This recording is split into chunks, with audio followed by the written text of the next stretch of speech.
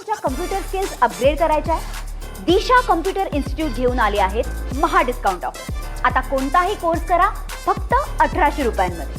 सरपंच संघटनेची जी काही जिल्हा संघटना आहे त्यांच्या वतीनं ज्या 2024-25 मध्ये मुदत संपलेल्या 315 ग्रामपंचायती होत्या, तिथल्या सरपंचांना सुद्धा प्रशासक म्हणून नियुक्ती करावी अशा प्रकारची त्यांची मागणी होती आणि त्या पद्धतीनं मला वाटतं हायकोर्टानं सुद्धा निर्देश दिलेले आहेत।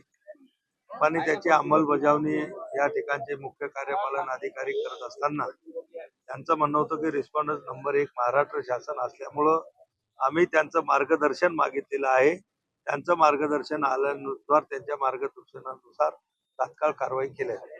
उपोषण सोडलंय आता उपोषण त्यांचे सांगतात।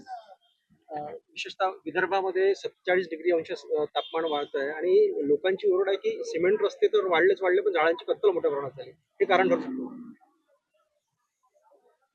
नाही, आता आपल्या सरकारनं तुम्ही पाहिलं असेल मागच्या काळामध्ये मोठ्या प्रमाणामध्ये वृक्ष लागवडीचे कार्यक्रम हाती घेतलेले आहेत, मोठ्या प्रमाणामध्ये आपण करतो आणि तुम्ही म्हणता त्याच पद्धतीनं वृक्ष तोड सुद्धा मोठ्या पद्धतीनं होत आहे। मला वाटते शासनाची जबाबदारी आहे आणि आता असं हे तापलेलं ऊन किंवा ज्या नैसर्गिक आपत्ती येतात, कधी ढगफुटीसारखे पाऊस पडतात, तर जनतेनं सुद्धा या शासनाला त्या ठिकाणी मदत करण्याची आवश्यकता आहे आणि म्हणून ही वृक्षतोड कमीत कमी थांबलेली कशी थांबवता येईल आणि नवीन वृक्ष लागवड याची जोपासना कशी होईल यासाठी शासन लक्ष देते।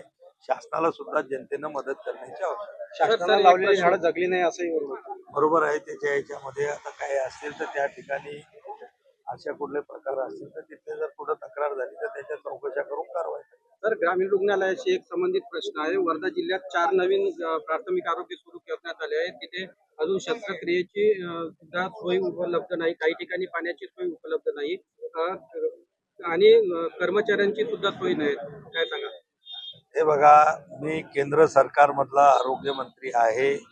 केंद्र सरकारची जी जबाबदारी आहे ते राज्याला फायनान्शियली आणि टेक्निकल सपोर्ट करतो आणि ती जी काही आरोग्य व्यवस्थेसाठी मग PSC बांधायला आम्ही निधी देतो, प्राथमिक आरोग्य केंद्राला देतो, आम्ही आयुष्यमान आरोग्य मंदिर असतील, डिस्ट्रिक्ट हॉस्पिटल असतील, सगळ्या या सरकारी दवाखान्याला अपडेट करण्यासाठी, इन्स्ट्रुमेंट खरेदीसाठी, नवीन काम करण्यासाठी केंद्र सरकार त्याला निधी देते, पण याची सगळी अंमलबजावणी करण्याची जबाबदारी ही राज्य सरकार। 5 वर्ष झाले महिला रुग्णालयाची इमारत उभी आहे, अजूनही उद्घाटन नाही। तर मी तेच म्हणतोय की इथलचं रिक्रुटमेंट असेल, त्या ठिकाणची पदभरती असेल ही राज्य सरकारनं करायची असते। आता मला त्याची इथं आता मी पहिल्यांदाच वर्धा जिल्ह्यामध्ये आलो, त्याची आयडिया मला नाहीये, पण जर असं काही असेल तर राज्य सरकारला आम्ही सुद्धा। कंत्राटी कर्मचाऱ्यांचा प्रश्न आहे, रनिवर आहे काय डॉक्टरांचा? कंत्राटी डॉक्टरांचा जो BMS डॉक्टरांचा प्रश्न जो आहे तो अजूनही सुटलेला नाही। कायम काय प्रश्न काय? कंत्राटी कर्मचाऱ्यांना जो कायम करण्याचा जो प्रश्न आहे।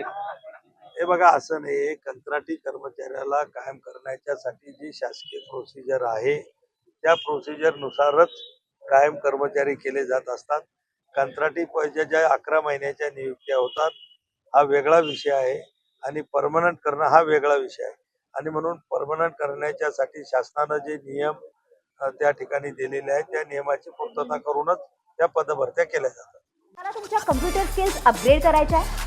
दिशा कम्प्युटर इन्स्टिट्यूट घेऊन आले आहेत महा डिस्काउंट ऑफर। आता कोणताही कोर्स करा फक्त 1800 रुपयांमध्ये।